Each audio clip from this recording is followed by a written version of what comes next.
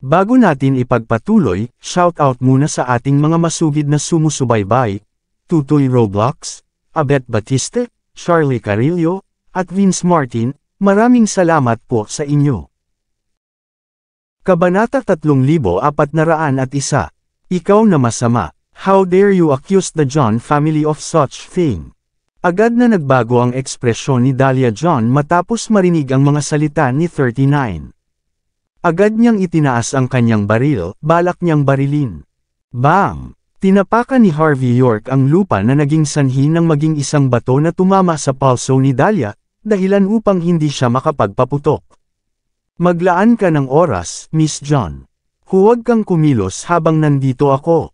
Dahil sinusubukan mong patayin ang lalaking iyon dito, hindi magiging masama para sa akin na ipagpalagay na inutusan mo ang taong ito na e-frame ako, tama. Ang bawat tao'y likas na ibinoling ang kanilang mga mata kay Dahlia nang makita nila ang ngiti ni Harvey. Naningkit ang mga mata ni Dahlia habang sumisigaw, "You damn thing, Harvey! Gagawin mo ang lahat para lang masira ang pangalan namin. Babayaran ka namin para dito sa madaling panahon. Kung magpapatuloy ka sa ganito, isasama ko ang iyong pamilya at mga kaibigan. Huhukayin ko rin ang mga ninuno mo. Susunugin ko silang lahat hanggang sa maging abo." Mukhang pinagbabantaan ni Dahlia si Harvey, ngunit talagang sinusumpa niya si Elliot John sa puntong ito. Tuluyan nang hindi pinansin ni Harvey si Dahlia at kalmadong sinulyapan si 39. "Sabihin sa amin ang lahat ng nalalaman mo. Huwag kang mag-alala. Iingatan kitang ligtas. Makukuha mo ang aking salita. Ang iyong pamilya, pati na rin ang iyong mga ninuno, ay magiging ligtas. Maaari kang pumunta sa anumang bansa na gusto mo pagkatapos nito." Si 39 ay nagpakita ng mapait na ngiti sa kanyang mukha. Sa totoo lang, wala siyang ibang pagpipilian. Nasira ang reputasyon ng pamilya John. Dahil pinoprotektahan ng pamilyang Torres si Harvey, ayaw nilang maglagay ng higit na pagsisikap laban sa kanya. Iyon ang dahilan kung bakit nagpasya silang gamitin ang mga Indian upang mabawi ang kanilang pagmamataas. Alam ng pamilya John na si Freddy Garcia ay isa talaga sa 3 Demons Monk at anak din ni Cody Garcia. Nagpasya silang patayin si Freddy, pagkatapos ay gamitin si Cody para patayin si Harvey minsan at para sa lahat. Nakuha ko lang ang maskara na ito dahil ang pamilya John ay humingi ng tulong sa isang Indian disguise expert. Magiging madali din para sa inyo na mahanap sila. Siya ang magiging pinakamahusay na saksi. Sasabihin sa inyo ng aking bank account ang lahat. Bakit ko pa gagawin ang isang bagay na ganito kung wala akong ganoong uri ng pera? Si 39 ay malinaw na ipinaliwanag ang lahat ng dahan-dahan. Sa oras na ito, napagtanto ng sinumang matinong tao na ang lahat ng ito ay isang setup lamang. Mga pagsasaayos upang ipaglaban ang mga Indian kay Harvey para sa isang labanan hanggang sa kamatayan. Kamukhang kamukha niya yun. Maging ang mga damit ay mukhang pareho. Nag-iwan ako ng mga galos sa katawan niya. Dapat siya iyon. Ilang bodyguard ang likas na nagsalita bago iniwas ang tingin sa kanila ni Frankie. "Ito ay paninirang puri, Ginoong Garcia. Ito ay paninirang puri." Masiglang bulalas ni Dahlia. "Kailangan mo kaming pagkatiwalaan. Isipin mo ang pagkakaibigan natin. Bakit ba kami gagawa ng ganyan?" Ang bastos na si Harvey ay nagdala ng scapegoat dito para lang sirain ang lahat para sa atin. Huwag mahulog sa kanyang bitag. Ikaw ay isang matalinong tao, Mr. Garcia. Dapat mong malaman na si Harvey York ay sinusubukan ka lang malito sa mga salita. Gusto niyang umani ng mga makakuha ng mga bagay habang iniiwasan ang labanan. Agad na sinisi ni Dahlia John si Harvey sa lahat habang naglalagay ng isang kumpiyansa na hitsura. Parang totoo lahat ng sinabi niya. Gayunpaman, lubos na humanga si Harvey kay Dahlia sa pagiging pagkakalmado.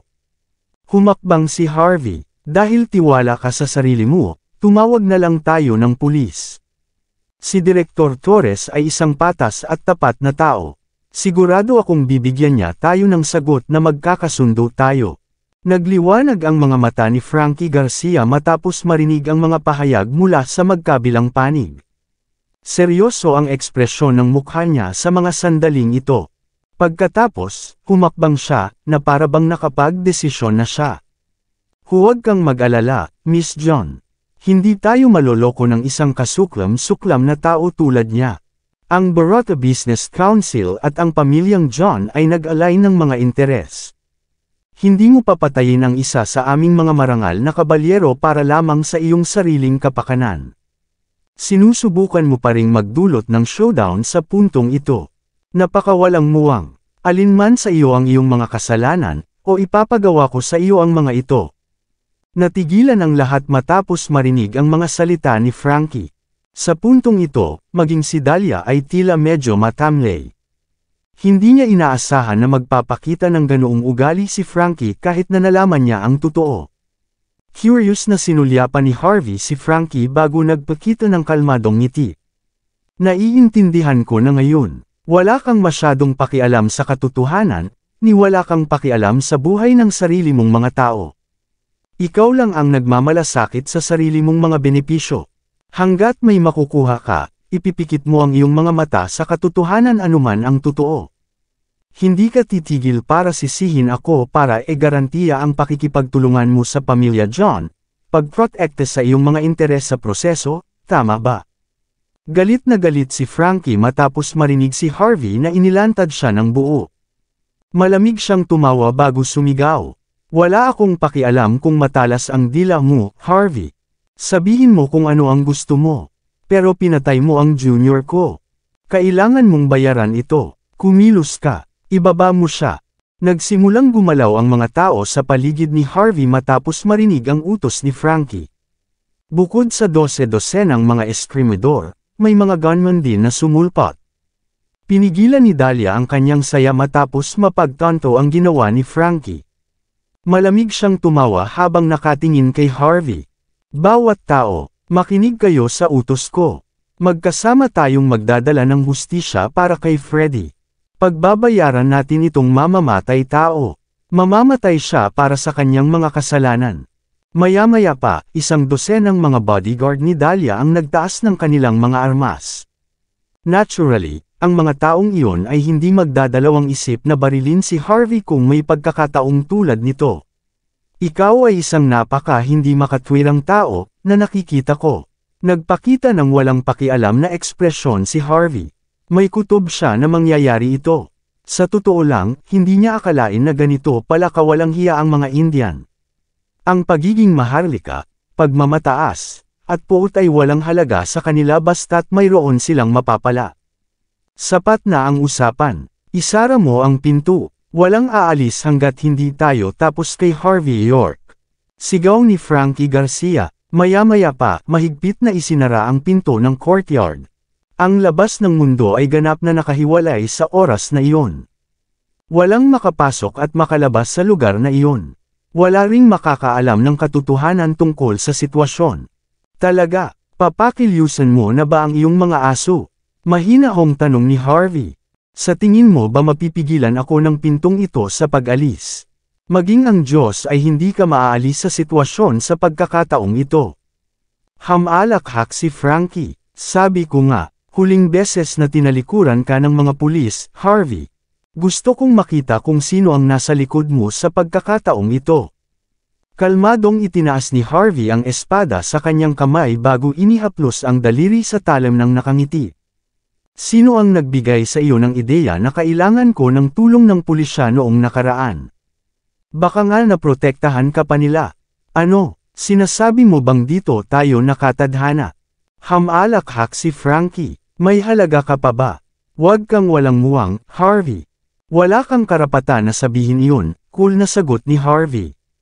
Ngunit bago ako gumawa ng anumang bagay, kailangan kong balaan ka. Kung luluhod ka at aaminin ang iyong pagkakasala, at ibaba ang mga tunay na may kasalanan upang patunayan na ako ay inosente. Pag-iisipan kong patawarin ka at palayain ka muna sa ngayon. Pero kung hindi, huwag mo akong sisihin sa mga sumunod na mangyari. Kung talagang maglalaban tayo, huli na para magsisi ka. Kumukulo sa galit si Dahlia nang makita niyang napakataas at makapangyarihang kumilos si Harvey habang may hawak na espada. Sa lohikal na pagsasalita, ang mga malalakas na tao lamang mula sa mga nakatataas na grupo ng lipunan ang may awtoridad na magpakitang gilas ng ganito. Pero outsider lang si Harvey. Nasa kanya lang ang Weapon King para protektahan siya, gayunpaman, napakayabang niya. Anong biro? Ito ang unang pagkakataon na nakakita ako ng taong napakayabang sa harap ng kamatayan.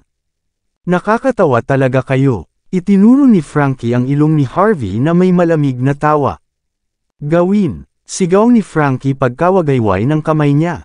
Agad na sumugod ang mga armadong Indian dala ang kanilang mga espada. Malinaw, para sa mga taong iyon, ang katotohanan ay walang kahulugan. Kung naniniwala si Frankie na si Harvey ang pumatay, iyon lang ang katotohanan para sa kanila. Kahit ang Diyos ay hindi magbabago ang kanilang isip. Inalis ni Dahlia ang kanyang gun guard at malamig na tumingin kay Harvey. Kung may pagkakataon, hindi siya magdadalawang isip na barilin si Harvey. Swoosh! Bago pa man makagawa si Harvey ng anumang bagay, tumalon si Rachel Hardy mula sa G-Wagon at ibinaba ang kanyang espada sa bilis ng kidlat. Ang bilis ay ang tanging paraan sa pangmatagalang tagumpay.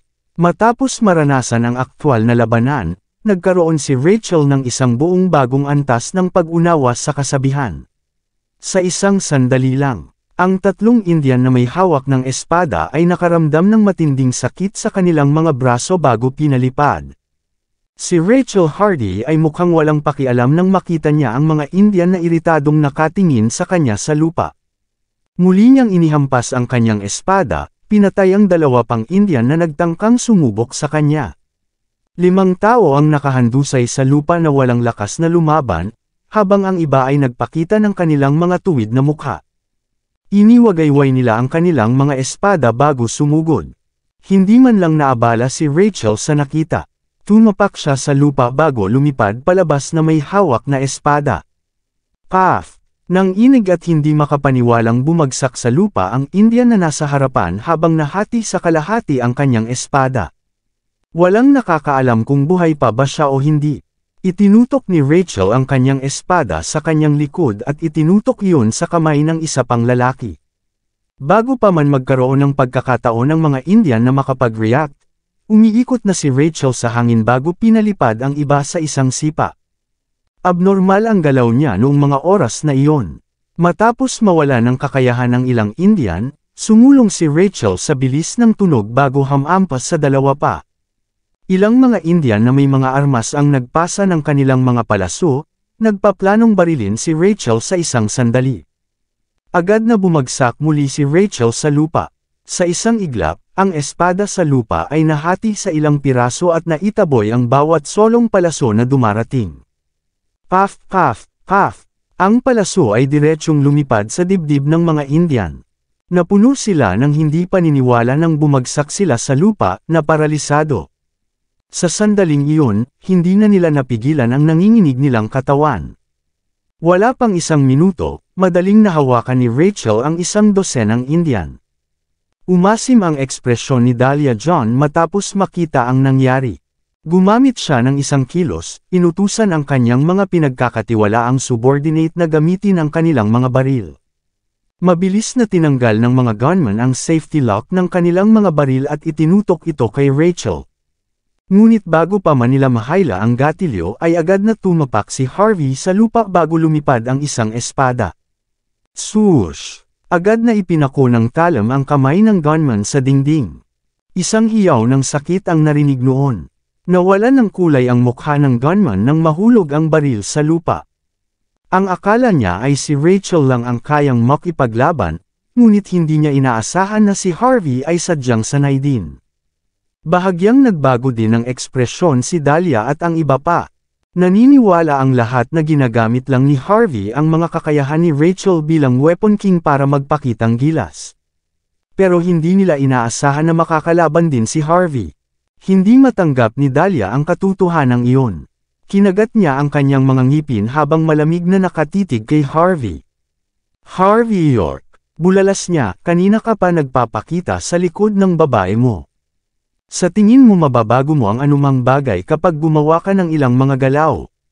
Wala kang kwentang dumi na nagtatago sa likod ng isang babae. Itigil mo na ang pagpapanggap. Nagkibit-balikat lang si Harvey. Kung hindi ka masaya, puntahan mo ako. Pero bago mo gawin, kailangan kitang babalaan. Papatayin ko ang sinumang magtangkang lumapit sa akin. Ako ay isang tao ng aking salita. Agad na nagdilim ang mukha ni Dahlia matapos marinig ang sinabi ni Harvey.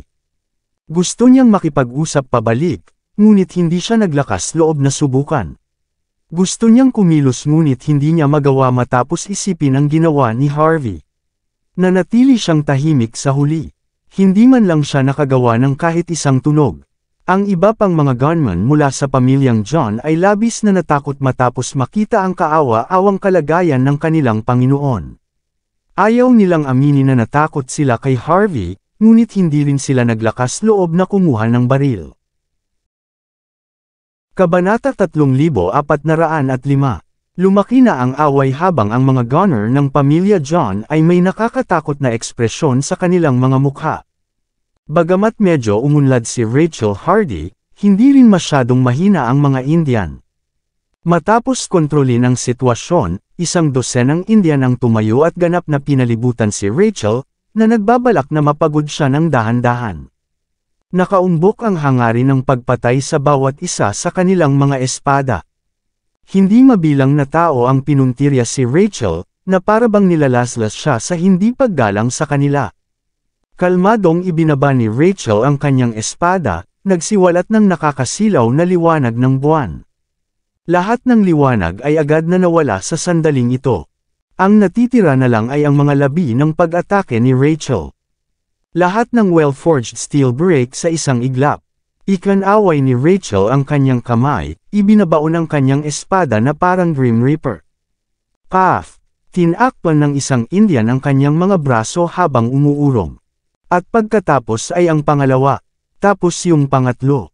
Sa loob lamang ng 5 minuto, 12 dosenang mga Indian ang nahulog sa lupa, na paralisado. Sa oras na iyon, lahat sila ay nawala ng lakas sa pakikipaglaban. Si Rachel ay may ilang nakikitang galos sa kanya. Mabilis ang paghinga niya, pero mas maganda siya kumpara sa mga bodyguard ng India. Laking gulat ni Dahlia sa nakita. Ang mga show-otters ay galit na inilipat ang kanilang mga mata habang ang kanilang mga mukha ay ganap na nawala ang lahat ng kulay. Sa puntong ito, naisip nila na gagawing salaan ng karne si Rachel. Ang India ay isang sibilisadong bansa na may nakakatakot na martial arts. Natural, inisip din ng mga Indian na napakalakas nila. Ngunit hindi nila namalayan na walang bagay sa harap ni Rachel. Sila ay ganap na nabura. Umasim ang ekspresyon ni Frankie. Lahat sila ay dalubhasa sa Heavenly Temple. Ang bawat isa sa kanila ay kumakatawan sa pagmamalaki ng Heavenly Temple. Ngunit hindi nila kayang harapin ang isang solong babae mula sa country age. Agad na nagdilim ang mukha ni Frankie bago siya sumigaw ng, "Mamatay! Dapat mamatay kayong lahat." Naglabas si Frankie ng isang kumikinang na espada bago sinipa ang coffee table sa harap niya. Hindi mo alam kung sino ang niloko mo, Harvey. Hindi mauunawaan ng mga langgam na tulad mo kung gaano kakilakilabot ang Indian martial arts. Papatayin kita. Maghihiganti ako para sa mga junior ko. Magtago ka sa likod ng babaeng yan if you dare. Papatayin ko muna siya bago kita haharapin. Malinaw ang layunin ni Frankie na pumatay habang ang kanyang mga manggas ay kumikislap sa hangin. Kumunat ang noo ni Rachel at napaatras nang maramdaman ang aura ni Frankie. Nagsagupaan sa hangin ang mga aura mula sa magkabilang panig. Swoosh! Isang hakbang pasulong si Frankie at ikinaway ang kanyang kamay. Ang nakatagong palaso ay diretsyong lumipad sa kasalukuyan kay Rachel. Anong isang malupit, mapanganib, at tusong gawa. Kitang-kita ang kawalan ng kapangyarihan ng mga tao. Si Rachel ay mukhang walang pakialam habang inihampas niya ang kanyang espada, na itinatabi ang palaso. Swoosh! Tumabi si Frankie matapos makakita ng pagkakataon. Wala siyang planong umalis para kay Rachel. Sa halip, gusto niyang patayin si 39. Dehado siya, kaya gusto niyang harapin muna ang testigo. Tatawag siya ng pulis pagkatapos nito. Nang walang mga saksi, batay sa kanyang pagkakakilanlan at mga pahayag ni Dahlia at ng lahat ng naririto. Kung gayon, magiging madali ang pakikitungo kay Harvey. Dahil ang puwersa sa mga numero ay hindi sapat upang patayin si Harvey, nagpasya si Frankie na gamitin ang kapangyarihan ng pamahalaan. Gusto niyang palakihin pa ang mga bagay-bagay. Gusto niya ng diplomatic dispute. Gusto niyang mamatay si Harvey nang walang libingan. Iniisip ni Frankie, kung hindi niya mapapatay si Harvey, mamamatay ang mga tao sa wala. Ang Heavenly Temple at ang koneksyon ng pamilya John sa templo ay ganap ding mawawasak. Kung tutuusin, may mga bagay na hindi dapat sabihin. Siyempre, ang mahalaga ay ang katotohanang masisira ang reputasyon ni Frankie. Para kay Frankie, mas mahalaga ang kanyang reputasyon kaysa sa anupaman. Ikaw, saktong pinasipol ni Frankie ng kanyang espada, napabuntong hininga si Harvey at humakbang pasulong. Mabagal ang galaw niya kaya nakikita ng lahat. Ngunit nang iwagayway ni Harvey ang kanyang kamay ay napakabilis nito na walang makariyak. Naputol ang talim ni Frankie sa kalahati sa pagkakadikit sa sampal ni Harvey. Napa-atres si Frankie, bakas sa mukha niya ang takot. Napagtanto niya na si Harvey, na kanyang minamaliit, ay may hindi kapanipaniwalang lakas. Sigurado si Frankie na mawawasak siya ng parehong sampal kung hindi niya ito iniwasan. Ngunit sa sandaling umatras si Frankie, kalmadong humakbang paharap si Harvey at muling ikinaway ang kanyang mga braso. Sampal. Isang malungkot na ekspresyon ang lumitaw sa mukha ni Frankie at patuloy siyang umatras pabalik. Hindi niya maintindihan kung bakit ang isang tila normal na sampal ay sobrang nakakatakot sa kanya. Bigla siyang nakaramdam ng matinding sakit sa mukha. Maya-maya pa ay nahulog siya. Bumulwak ang dugo sa kanyang bibig, at pinalipad siya. Humakbang pasulong si Harvey at hinawakan si Frankie sa leeg bago bumagsak ang katawan ni Frankie sa lupa. Napakabilis at makinis na galaw. Ang lahat ay napuno ng kawalang paniwala habang pinapanood ang lahat ng nangyayari. Hindi lang sila, pati si Dahlia ay nanginginig. Isang nakakatakot na ekspresyon ang nagbigay kulay sa kanyang mukha bago pa man siya makapulot ng baril. Literal na pinalipad ni Harvey si Frankie gamit lang ang karaniwang sampal sa mukha. Gayunpaman, ganap na hindi pinansin ni Harvey si Dahlia at sa halip ay sinulyapan si Frankie. Talo ka, ang mga salitang iyon ay sapat na upang punan ang puso ni Frankie ng kawalan ng pag-asa at kawalan ng kakayahan. Bago niya inawi si Harvey, inimbestigahan na niya si Harvey sa pamamagitan ni Eli at ng iba pa. Sinubukan niya ang kanyang makakaya upang i-overplay si Harvey. Kasabay nito, naniniwala siya na sa paghusga sa mga datos na kanyang nakalap, maaari niyang sirain si Harvey. Kahit na hindi iyon mangyari, hindi rin siya mahihirapang talunin si Harvey. O kaya naisip niya, kung tutuusin, madali lang siyang nabugbog ni Harvey sa isang kamay lang. Hindi man lang gumamit si Harvey ng anumang espesyal na mga kilos. Ang ginawa lang niya ay pinalipad ng sampal si Frankie. Ang katotohanan ay ganap na nagwasak kay Frankie. Hindi niya ito pinaniwalaan. Ganun pa man, inangat pa rin niya ang kanyang ulo na may malamig na ekspresyon sa mukha. Harvey York. Ako ay isang marangal na Kshatriya at Deputy Chairman ng Baroda Business Council. Mayroon akong diplomatic immunity. Patayin mo ako kung maglakas loob ka. Mamamatay ka sa isang kakila-kilabot na kamatayan kung gagawin mo. Ngumiti siya. Ito ang unang pagkakataon na nakarinig ako ng ganoong kakaibang kahilingan, ngunit sa ngayon, nakakahiya para sa akin kung hindi ko gagawin ang sinabi mo. Tuldok.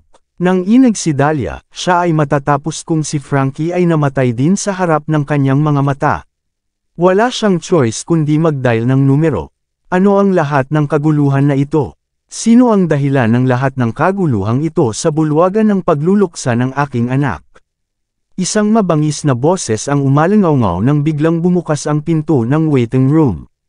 Sa susunod na sandali, lumabas ang mga ekspertong may hawak ng espada, nakikita ang nakakatakot na aura sa kanila.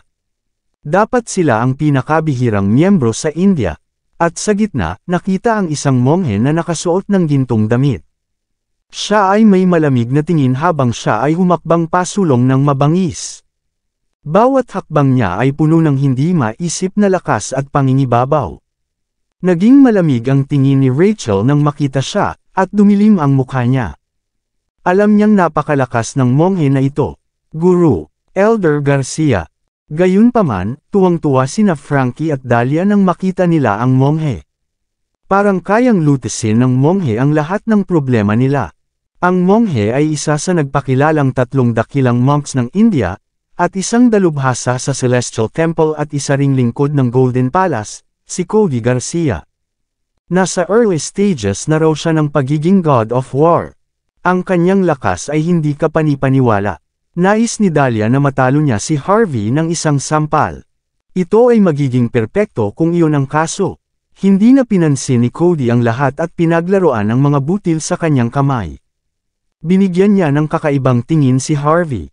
Ito ang kanyang unang pagkakataon na makilala si Harvey, ngunit alam niya na si Harvey ay patuloy na nakikipaglaban sa mga Indian. Dahil kay Harvey, nauwi sa wala ang kaayusan ng mga Indian sa Floatwell. Gustong-gusto ni Cody na sakalin si Harvey hanggang mamatay. Gayunpaman, mayroon siyang mahusay na pagpipigil sa sarili, at huminga siya ng malalim at bumulong sa kanyang puso para pakalmihan ang sarili. Sa bagay, hostage pa rin ang pinagkakatiwalaang estudyante niyang si Frankie. Kung mamamatay din si Frankie, ang legacy ni Cody ay tuluyang mawawala. Walang emosyong ipinakita si Harvey nang makilala niya ang nakakatakot na aura at nakamamatay na titig ni Cody. Hindi niya naramdaman ang kahit nakatiting na kawalan ng pakialam dahil lang sa takot. Palayain ang aking estudyante, binata. Alam ko na ang tungkol sa insidente ni Freddy. Magkakaroon ulit ako ng eksperto na mag-imbestiga sa sitwasyon. Makukuha mo ang iyong katwiran. Kung talagang inosente ka, hindi ka naguguluhin ng mga Indian. Hindi rin darating ang gobyerno para sa iyo. Upang ipakita ang aming paghingi ng tawad, ituturing ka namin bilang kaibigan namin. Isang tunay na ngiti ang ipinakita ni Cody. Dapat mong malaman na ako ay isa sa 3 dakilang monks ng India. Hindi ko nababalikan ang aking mga salita, hanggat may paggalang ka sa akin. Sisiguraduhin kong tama ang pagbabayad sa iyo. Matalino kang tao. Dapat marunong kang pumili, di ba? Kalmadong sinuri ni Harvey si Cody bago nagpakita ng isang mahinang ngiti. 3 dakilang monghe, excuse me, wala akong narinig tungkol sa iyo. Narinig ko lang ang tungkol sa 3 demonyong monks. At saka, hindi ako interesado sa mga benepisyo mo. Bukod dito, ang peking monghe na tulad mo ay walang lugar dito. Dahil doon, mahinahong sinipa ni Harvey si Frankie sa tiyan. Nagkaroon ng malakas na kaluskos. Napasigaw si Frankie sa sakit, at namuti ang kanyang mukha. Paralisado siya. Napatumba siya ni Harvey sa isang sipa. Tinapon ni Harvey si Frankie sa isang tabi, na parang basura si Frankie. Simula noon, ang tinaguriang nangungunang talento ng India ay wala ng kakayahang tao. Maraming salamat sa lahat ng sumusubaybay. Please subscribe and follow my YouTube and Facebook channel, Pilipino Novel. Maraming salamat po. Hulihin man siya ng mga pulis, 2 araw lang siya makulong. Pagkatapos ng lahat, mayroon siyang diplomatic immunity. Ngunit para sa mga Indian, na inuuna ang kanilang mga interes, nawala ang lahat ni Frankie sa sandaling siya ay nabaldado. Buti pa kung patayin na lang siya. Ang buhay ni Frankie ay naging isang buhay na impyerno. Young Master Garcia. Namulat ang mga Indian matapos makita si Frankie na umuubo ng dugo. Ang mga tao ay sumugod upang kunin siya, ngunit ang kanilang mga ekspresyon ay naging galit na galit habang sinusuri nila ang kanyang pulso. Napilayan siya, sigaw nila, nabasag ang boses. Nagdilim ang mukha ni Cody sa isang iglap. Ano ang sinabi mo? Sigaw niya na parang dugo ang mga mata. Naranasan niya ang lahat ng uri ng paghihirap, dahil isa siya sa 3 dakilang monks. Gayunpaman, matapos makita ang kanyang minamahal na alagad na napilay sa kanyang harapan, at matapos makita ang kanyang legacy na naputol lang, si Cody ay walang ibang gusto kundi ang sumigaw. Hindi niya akalain na hindi pa rin siya respetuhin ni Harvey kahit na ihayag na niya ang kanyang lakas, pagkatao, at kalagayan. Ang lakas ng loob niyang pilayin si Frankie. Sa puntong ito, gusto ni Cody na sampulin si Harvey hanggang sa mapatay para mawala ang kanyang galit. Galit ding sumigaw ang ibang mga Indian, at ang lugar ay nahulog sa ganap na kaguluhan. Si Rachel ay likas na tumayo sa harap ni Harvey. Si Dahlia at ang iba ay likas na umalis sa bulwagan. Natatakot silang masangkot sa isang malaking labanan. Walang nang ahas na ituro ang kanilang mga baril kay Harvey. Kung tutusin, alam naman nilang baliw ang lalaking ito. Nakakatakot ang ekspresyon ni Dahlia habang bumubulong, patay na ako. Dapat akong mamatay. Nagsisisi si Dahlia na pumunta dito. Kung alam lang niya ang mangyayari. Kung hindi siya pumunta dito, wala siyang kinalaman sa lahat ng kaguluhang ito. Paano siya makakalabas dito? Ikaw na masama. How dare you? How dare you na pumatay sa anak ko at pilayin ang alagad ko? Tatapusin kita. Hinawakan ni Cody ang kutsilyo sa kanyang baywang, handang atakihin si Harvey. Hindi ka ba monghe, Cody? Nasaan ang iyong kahabagan? Hindi matatapos ang cycle ng puot kung ang gusto mo lang ay paghihiganti. Paano mo hindi maintindihan ang katotohanan iyon bilang monghe? Nagtataka ang mga mata ni Harvey kay Cody. Kung talagang monghe ka, hindi mo ba dapat ako kumbansihin na magsisi? Wala akong interes na gawin iyon sa ngayon. Sa ngayon, gusto ko lang sirain ka bilang isang mandirigma. Pagsisisihan mo ang naging desisyon mo sa impyerno. Iyan ang magtuturo sa iyo na huwag manggulo sa aming mga maharlikang Indian. Inilabas ni Cody ang kanyang kutsilyo, malungkot ang mukha nito. Umiling si Harvey, sayang, hindi kita kalaban. Tulad ng iyong anak, tulad ng iyong mga mag-aaral, lahat kayo ay walang laban sa akin. Halos hindi ka itinuturing na isang Diyos ng digmaan, ngunit wala kang halaga sa akin. Wow, wow, wow. Tingnan natin mamaya. Dahil tiwala ka, ipapakita ko sa iyo kung gaano kakilakilabot ang Indian mystical arts. Inihayag ni Cody ang anteng-anteng at nagsimulang umawit. Pagkatapos ay sinindihan niya ang anteng-anteng gamit ang kanyang daliri bago dumiretso sa kanyang ulo. Bam! Malinaw na naramdaman ni Harvey ang pagtaas ng lakas ni Cody. Naging pula na parang dugo ang mga mata ni Cody, at para siyang demonyo na gumapang palabas ng impyerno. Isang nakakatakot na aura ang bumalot sa buong kalangitan. Ito ang kapangyarihan ng Diyos ng digmaan. Hypnosis. Bahagyang naningkit ang mga mata ni Harvey. Hindi ko akalain na magagawa mo iyon sa iyong sarili para makakuha ng ganito kalaking kapangyarihan. Naisip mo na ba ang mga kahihinatnan ng paggawa nito? Kahinatnan. Hindi mahalaga basta mapapatay kita ngayon. Humagalpak ng tawa si Cody. Sumugod siya na may hawak na kutsilyo. Sa ilalim ng silaw ng espada, tumalon si Cody sa hangin. Sumigaw ang ilang mga eksperto habang ibinababo nila ang kanilang mga espada. Ang bakal sa kanilang mga kamay ay kumikinang ng maliwanag hanggang sa punto ng pagkabulag. Hindi nabigla si Rachel sa nakita, pinalayo niya ang mga eksperto ng paisa-isang hiwa. Hindi nagtagal ay naganap ang isang magulong labanan. Si Dahlia ay lubos na nabigla, gusto niyang umalis, ngunit gusto rin niyang masaksihan ang pagkamatay ni Harvey. Wala siyang choice kundi ang tumawag sa kung sino man habang nagngangalit ang mga ngipin. Nasa harap ni Harvey noon si Cody. Iniusog niya ng husto ang kutsilyo, at nakita ang ilang gintong gulong na nakatutok ng diretso kay Harvey. Casual na hinarang ni Harvey ang pag-atake gamit ang kanyang espada. Klang! Marinig ang mga tunog na nakakasakit sa tenga habang nag-aaway ang dalawa. Sabay silang umatras ng ilang hakbang. Kalmadong tumingin si Harvey sa kanyang espada na naputol sa kalahati. Ang espada ay ginawa para sa karaniwang mga mandirigma, at hindi ito ginawa upang mapaglabanan ang mga napakalaking pag-atake ni Cody. Ang kutsilyo ni Cody, sa kabilang banda, ay tumigas na. Kaya naman mukhang matibay ito. Ang hypnosis ay talagang isang bagay. Tinitigan ni Harvey si Cody na may singkit na mga mata, medyo humanga siya sa huli. Nakita niya lamang ang isang Indian god of war na gumamit ng parehong pamamaraan sa panahon ng labanan ng Euro-American. Ang lakas ng lalaki ay tumaas ng husto, ngunit siya ay naging napaka-pangit pagkatapos gamitin ang pamamaraan. Gayunpaman, hindi natalo ni Harvey ang Diyos ng digmaan noong panahong iyon. Matapos makita si Cody na gumamit ng parehong pamamaraan, bumalik si Harvey sa estilo ng pangangaso. Ibinato ni Harvey ang kanyang naputol na talam, itinutok ito sa ulo ni Cody. Klang! Lumalaban si Cody gamit ang kutsilyo, walang emosyon sa buong panahon, at muling nagsalubong ang mga talam. Klang! Klang! Klang! Napakabilis ni Harvey. 9 na laslas ang inilunsad sa isang iglap.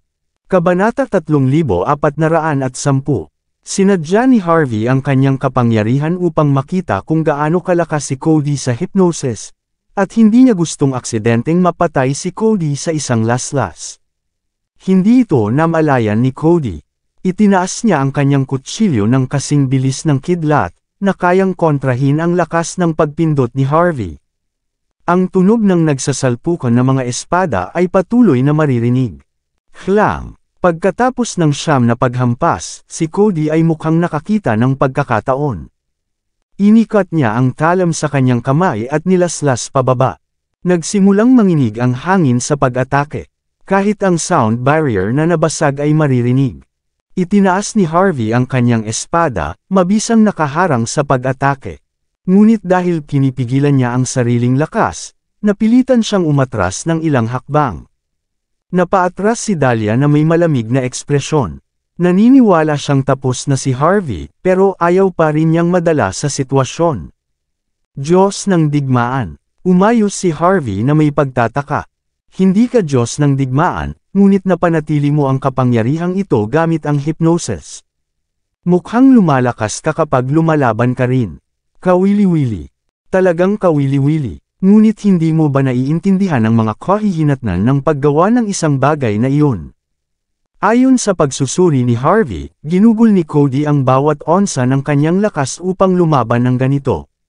Dahil doon, mawawala ang kanyang lakas bilang isang Diyos ng digmaan, at siya ay mapilayan bilang resulta. Hindi na siya makakalaban muli pagkatapos nito. Anong kahihinatnan? Tumawa si Cody. Hanggat kaya kitang patayin, hindi mahalaga kung mamamatay ako. Umungol si Cody at nagsimulang kumanta muli. Pagkatapos ay sinugod niya si Harvey, ang lamig ng mukha nito. Muli niyang inihampas ang kutsilyo. Swoosh! Tinakpan ng kanyang layuning pagpatay ang buong kalangitan bago umabot kay Harvey ang talam. Nagpakita si Harvey ng malungkot na ekspresyon nang makita ang pag-atake. Muling nagpalitan ng espada ang magkabilang panig, ngunit nanatiling tahimik si Harvey. Si Cody naman ay kailangang umatras ng ilang hakbang. Ang marmol na sahig ay gumuho sa tuwing umuurong si Cody. Naiwan ang mga bakas ng paa sa buong lupa. Nawala sa isip si Cody. Hindi man lang siya huminga para kumalma, na itinaas niya ang kanyang kutsilyo at sumugod pasulong sa isang iglap, ang kanyang mga mata ay duguan. Isang brutal at mapagpasyang pag-atake. Kasabay nito, biglang nagdilim ang paningin ni Harvey. Naging doble ang katawan ni Cody, na umatake siya mula sa lahat ng direksyon. Hypnosis, bulong ni Harvey sa sarili. Siya ay lubos na humanga sa pamamaraan. Kahit papaano ay nahuli pa siya nito nang hindi niya namalayan. Ngumiti si Harvey, kumalma, at pumikit sa mukha ng kakaiba. Ano, handa ka na bang mamatay ngayon? Hindi ba dapat kahanga-hanga ka? Kung ganoon, bakit hindi mo subukang lumayo sa mystical arts? Kung hindi mo kaya, wala kang pagpipilian kundi ang mamatay. Puputulan kita. Mabagal pero sigurado. Tumawa si Cody, na parang alam niya ang ginagawa ni Harvey, at umalangaw ang boses niya sa lahat ng direksyon.